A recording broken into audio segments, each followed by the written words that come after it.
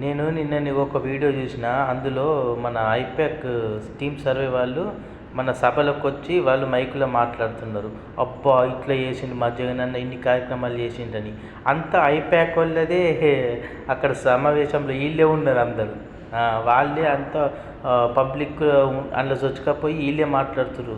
పవన్ ఏం చేసిండు, జగన్ ఏం చేసిండు, మన చంద్రబాబు ఏం చేసిండు అన్నట్టు మాట్లాడుతుండ్రు.